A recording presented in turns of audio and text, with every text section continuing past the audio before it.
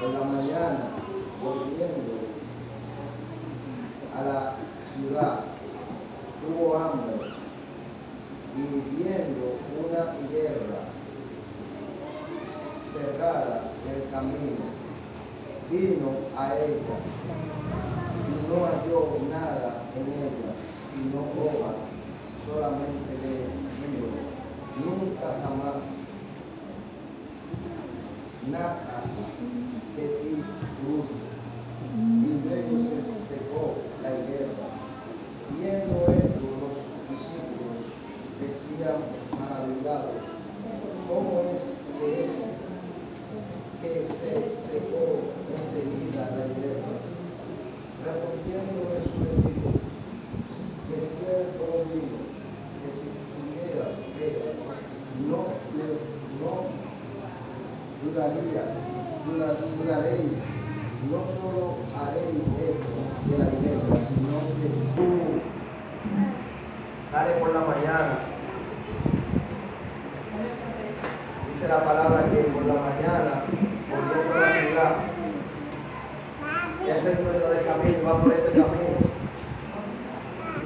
Cuando va pasando, encuentra esta higuera. Encuentra la higuera muy florecida. La higuera, para que no se me vaya el tema, tiempo de dar fruto, es el tema.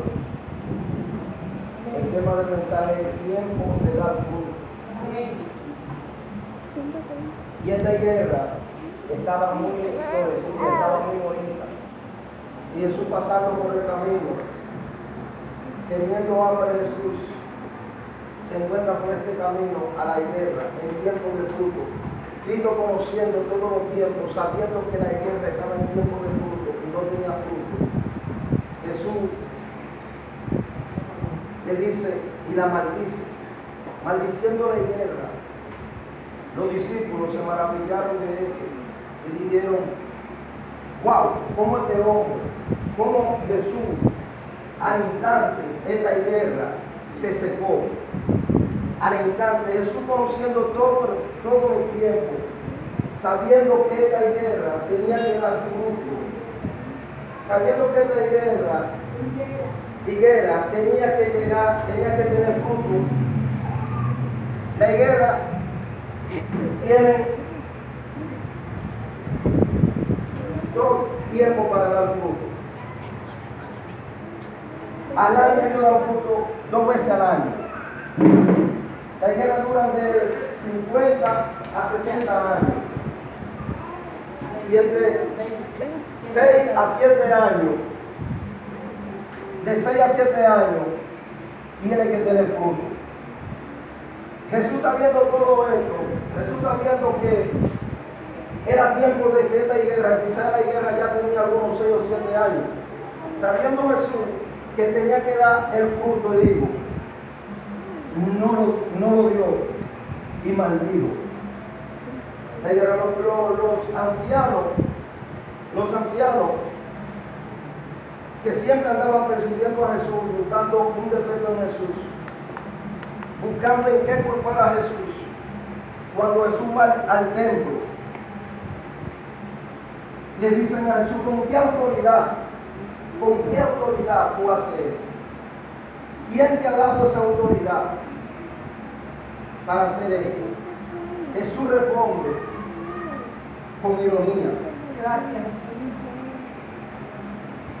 La palabra ironía es válida, porque Pablo usó ironía por los discípulos también. ¿Y por qué digo que él responde con ironía? Porque él le dice, si usted me dice, ¿de dónde viene el bautismo de Juan? Entonces yo le respondo, Jesús sabiendo de dónde viene el bautismo de Juan. Jesús sabía. Entonces es una ironía que Jesús está usando con ellos, porque ellos quieren poner a Jesús entre la espada y la pared. Quieren poner a Jesús, dicen, ¿quién te ha dado esa autoridad para tú hacer esto? Jesús le dijo, cuando ustedes me digan, ¿y a dónde viene el bautismo de Juan? ¿De Dios o de los hombres? Los ancianos saben de dónde viene el bautismo de Juan. Y se miran entre sí, se miran entre ellos. Y dicen, si decimos que viene del cielo, si decimos que viene de los hombres, entonces se miran y le dicen, no sabemos. También ellos responden, hacen una contesta conmigo, no sabemos, sabiendo de dónde viene el bautismo de Juan. Entonces Jesús le responde y le dice, como ustedes no saben, yo tampoco no sé. Yo tampoco no sé de dónde viene, con qué autoridad yo hago esto. Pero Jesús sabía con qué autoridad lo hacía. Así, en estos tiempos, ahora en lo actual, quizás nos tropezamos con gente que nos van a querer acorralar y lo digan, quizás así como Jesús, ¿con qué autoridad tú haces esto que estás haciendo? ¿O quién te ha dado a ti esa confianza? ¿Quién te ha dado esto para hacer esto? Pero me gusta de todo esto que Jesús, los discípulos y los mismos ancianos y todo el que estaba ahí se maravillaron de lo que Jesús hizo, porque no es fácil.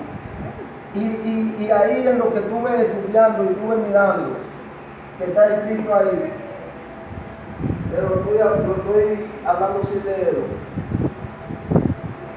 Dice que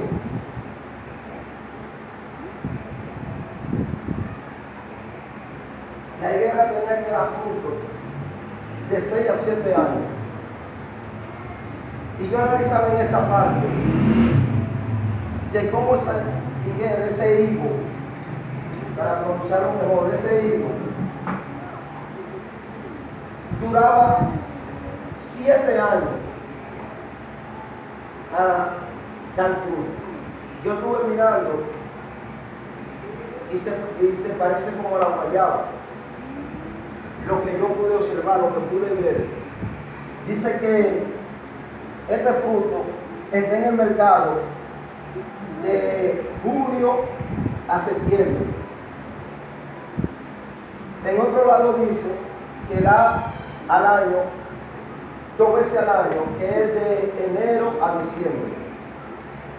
Pero no tanto ahí, lo que me gustó de lo que leí es que dice que son 6 y 7 años para dar fruto. ¿Cuántos años tenemos en el Evangelio? Y no estamos dando el fruto que Dios quiere que nosotros demos. Entonces, por eso Jesús maldijo esta higuera, sabiendo que era tiempo de fruto. Y Jesús con hambre, de mañana, queriendo comer, le dice, nunca más dará fruto. Dice que se puso estéril el higo, la higuera. Se puso estéril, nunca más pudo dar un fruto. Yo le digo a la iglesia y me digo yo mismo, yo tengo 7 años absolutamente el tiempo de dar fruto, según lo que investigué. Tengo el tiempo de dar fruto, yo tengo que estar dando fruto. Dice la palabra que el árbol que no dé fruto será cortado, será echado al fuego. Estamos en tiempo de dar fruto. Estamos en tiempo de hacer lo que Dios quiere que nosotros hagamos con el ministerio que Dios nos ha entregado. Amén. Con el ministerio que Dios nos ha dado. Estamos dando fruto para Dios. Y en una leí también, no me acuerdo dónde leí, pero sé que fue de Mateo, Lucas, Marcos, los libros sinópticos, donde estaba leyendo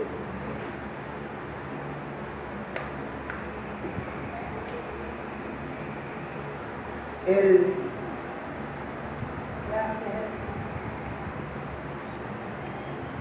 la roca que representa a Cristo. Dice que si tú estás fundamentado en la roca, cuando viene el viento, marea, dice que el río vino. Y cuando vino el río, cuando vinieron los vientos, la casa que estaba en la roca se mantuvo firme, se mantuvo ahí. Y por eso yo he podido ver en estos 7 años que tengo en el Evangelio,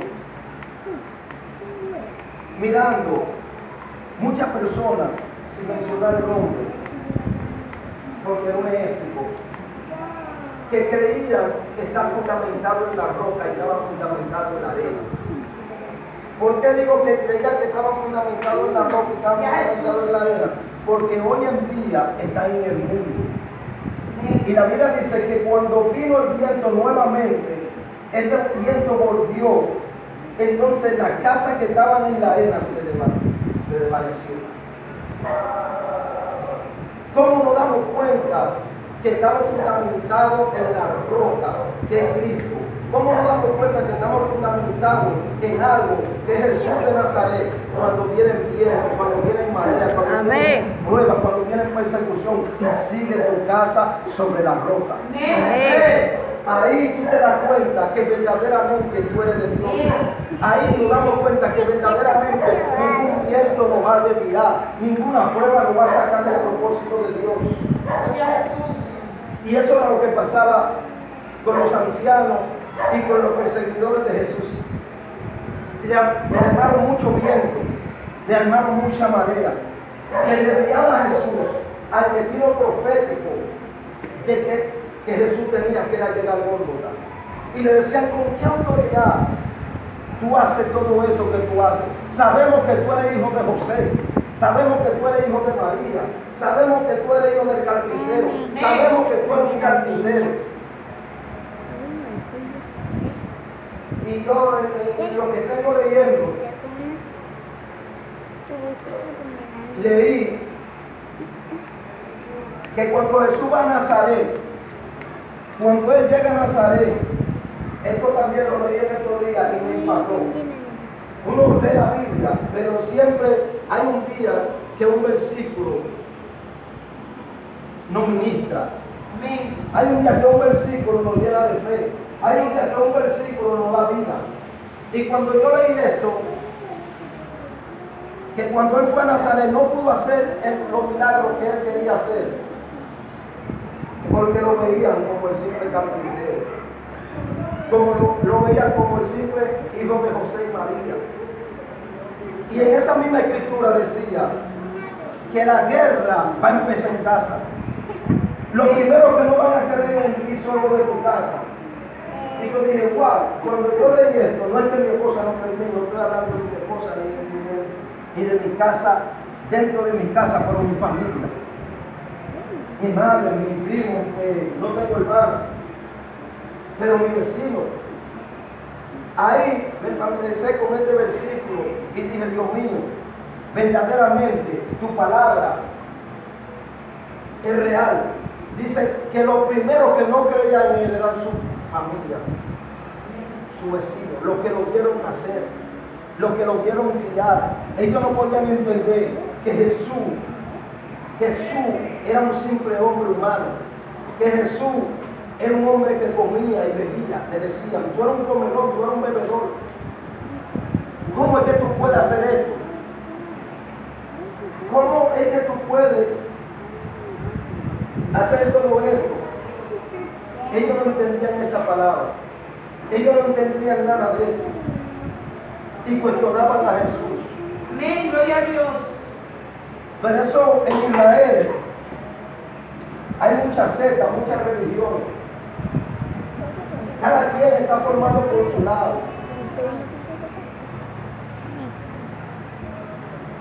Y estuve hablando con una persona que me estaba diciendo que los adventistas, los testigos de Jehová, no creen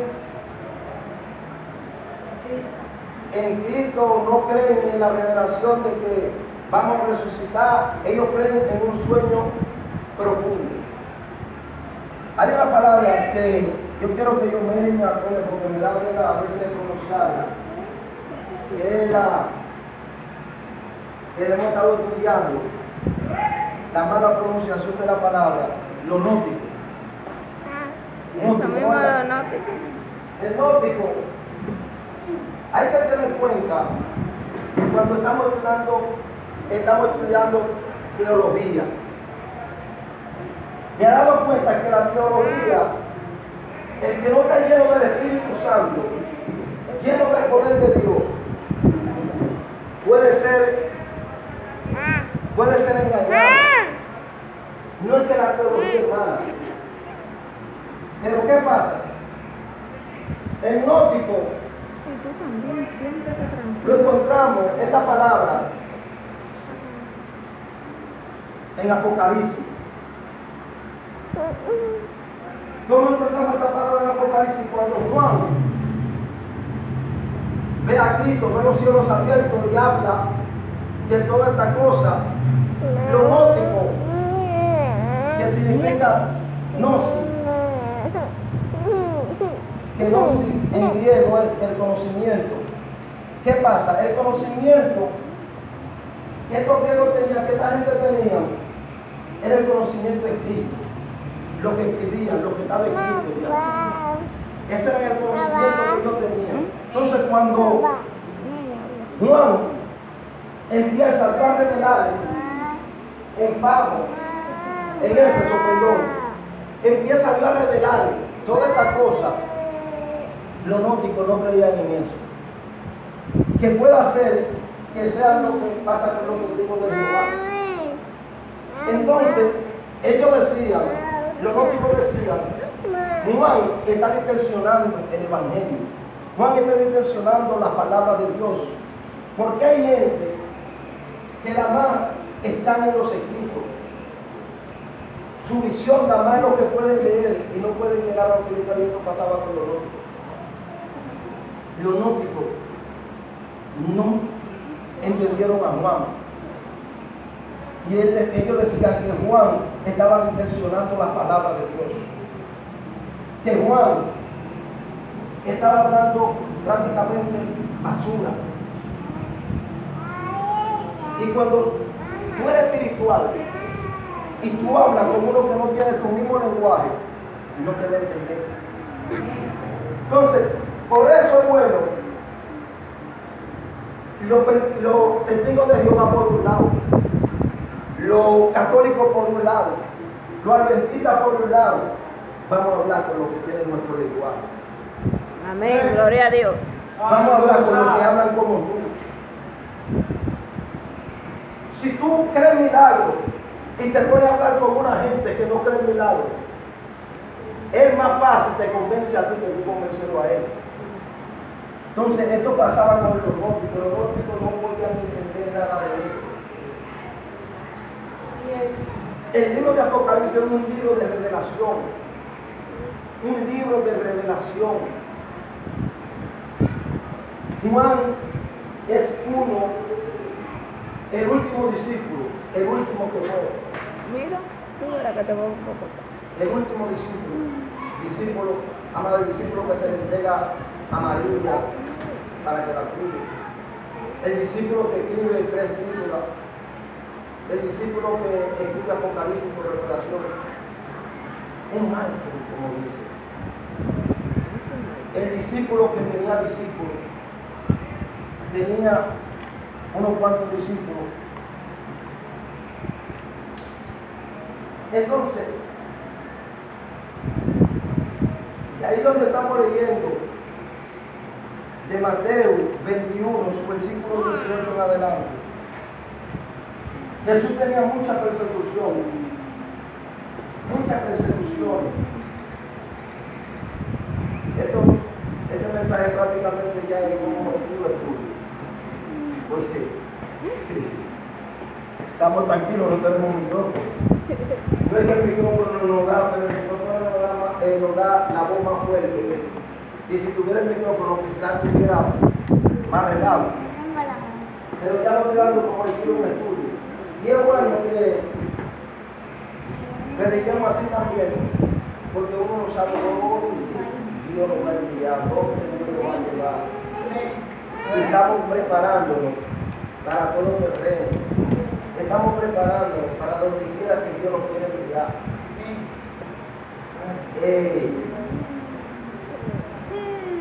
El año que viene, si Dios quiere, termino en el instituto. Voy a pasar para quinto ahora. Y cada día más, cada día más estamos aprendiendo más de la palabra. Y no es que yo quiero, yo no quiero saber más de nadie, yo no sé nada, sino es el Espíritu Santo que me invita a buscar de Dios, me invita a el conocimiento. No es que yo quiero. No, yo no quiero. Yo estoy en ese instituto y antes de estar en ese instituto, yo me he entendido, a mí se me reveló muchísimas veces poniendo clase en un instituto porque no sé de dónde yo me voy a llevar. Pero en ese instituto, así como estamos poniendo clase, donde quiera hay una guerra, hay una persecución. ¿Qué es lo que le está pasando a Jesús aquí? Eso es tiempo de hambre, en tiempo de lo que quiera levantarse todo. Si no iba hecho yo eso que hizo Jesús y iba dando a los discípulos, algún discípulo que estuviera andando conmigo, quizá no se van a maravillar como se maravillaron con Jesús, quizá es, pero Anthony hace unos piques tremendos. Anthony hace unos piques que no se pueden dar al lado de él porque mira cómo maldigo ese hielo y la secó. Pero los discípulos no ven eso así. Los discípulos lo que se maravillan de él ven es un hombre lleno de autoridad, un hombre lleno de poder, un hombre que ellos lo pudieron, no, que lleno de eso. Y Jesús le dice, oye, eso no es nada. Eso son cositas. Si ustedes tienen fe del tamaño de la mostaza, si ustedes dicen al árbol, a ese monte, arránquense de ahí, lándense allá y el árbol le va a obedecer. La escritura son enseñanzas para que nosotros aprendamos de que la fe es importante y por la fe vamos a ser salvos. Y que por la fe hay cosas que van a desaparecer. Hay cosas que están en tu vida, en mi vida, es porque no hemos experimentado la fe que tenemos que experimentar. Gloria a Dios. Entonces tenemos que llenarnos en el momento dado de fe. Cuando el endemoniado que tiran en el fuego y tiran en el agua, eso está en manos de una decisión, si no me equivoco, algo por ahí. Y lo tiran en el agua y en el fuego. De toda esa cosa, hay algo que me gusta ahí. Cuando Jesús le dice, cuando el papá del endemoniado le dice, yo traje a tu discípulo, mi hijo. Si tú lees los libros de los Hechos y Mateo, Marcos, Lucas, tú te darás cuenta que desde que Jesús llamó a los discípulos, les dio autoridad. Amén. Para echar fuera demonios. Amén, así es. Y eso se le dio a la iglesia, autoridad para reprender los demonios, echarlos fuera. Y me mata aquí que él le dice, yo traje a tu discípulo, mi hijo, para que le saquen fuera ese demonio. Y tus discípulos no pudieron hacerlo. Y él le dice lo que dice aquí. Hombre de poca fe, pero no va a llegar, igual seguir ahí. Y le dice, ¿hasta cuándo yo estaré con ustedes? ¿Y hasta cuándo no a los discípulos? No fue a los discípulos que le dijo eso, fue a los observadores, a los que estaban ahí. ¿Hasta cuándo he de soportarlo? ¿Hasta cuándo yo estaré con ustedes? ¿Hasta cuándo yo lo voy a aguantar a ustedes? Tráemelo aquí. Le dice al papá, tráemelo aquí. Cuando lo lleva y lo tiene al frente de él, el muchacho cae. ¡Pah! De guabinado. Así es. Cuando cae de guabinado, El muchacho no puede ser libre. Para poder Jesús libertar a ese muchacho, que fue lo que aquí estoy analizando, eso me llegó ahora mismo así. Para poder Jesús libertar a ese muchacho, que fue lo que le faltó a los discípulos, sabiduría. Para Jesús poder libertarlo, ¿qué pasó? Tuvo que hablar con el papá. Y tuvo que tener una conversación con el papá. Amén. Y el papá decide, cuando Jesús habló con él, ayuda a mi incredulidad. Porque la incredulidad del papá, que no creía, no permitía que Jesús pudiera libertar a este muchacho. Hay momentos, hay cosas que tenemos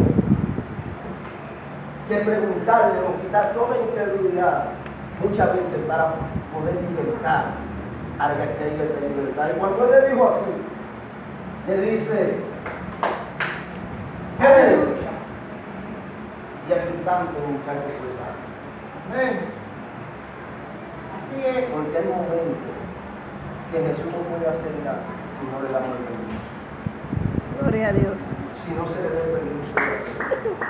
Y como les está diciendo ahorita, que lo que está pasando aquí con Jesús, la guerra, la tormenta que tiene con los ancianos, con la gente del Sanedrín, con la gente que debían de entender a Jesús, que no estaban entendiendo, y le estaba hablando del instituto. Estamos teniendo guerra. Gracias. Estamos teniendo guerra en el instituto. Estamos teniendo persecución. Pero yo tengo un enfoque. Respetando a los hombres, pero el que me llamó fue Dios. Yo respeto al hombre de Dios, pero el hombre de Dios tiene que entender que como él tiene su llamado, yo tengo el mío. El hombre de Dios tiene que entender y no me puede mezclar lo espiritual con lo secular. ¿Por qué digo esto? Y con esto voy a concluir, voy a terminar. Voy a terminar con esto. Y digo, en el instituto hay una ley Gloria a Jesús. de que ningún estudiante puede faltar 3 veces. Porque si falta 3 veces, no te botan del instituto. Pero ese curso no lo pasa. Y eso hay que respetarlo. Porque es su ley que ellos tienen reglamentada. Es su ley que yo llegué y encontré esa ley ahí. Yo respeto tu ley. Yo no puedo faltar 3 veces. Porque en 3 veces, si falto, tengo que repetir el curso. Yo tengo 1 año y como 2 y 3 meses ahí. Gloria a Dios. 1 año como 1 o 3 meses. En 1 año, yo no me sé, falté 2 veces. Ya yo estaba casi listo para irme para el instituto y me llaman, me dicen, invitó un predicador y no va a poder venir. ¿Usted puede predicarme 2 días? Y dije, claro, sí. Y no fui. Pero en esos 2 días, 1 año y medio, ¿sabe lo que dicen los profesores? Si fuera por existencia que se pasara, ya te pasara toda la mano. Te felicitamos porque usted nos falta. Aleluya. Usted es firme, responsable en lo que está, responsable. Y yo me caracterizado por eso, por ser responsable, por ser puntual, no quiero tarde. Soy puntual. Los profesores desde que me ¿saben lo que me dicen? Yo le dije a una profesora, varona, pero yo pensaba que usted no iba a venir con ganas de hacer y ella se me puso de eso. Si tú puedes, yo puedo. Amén.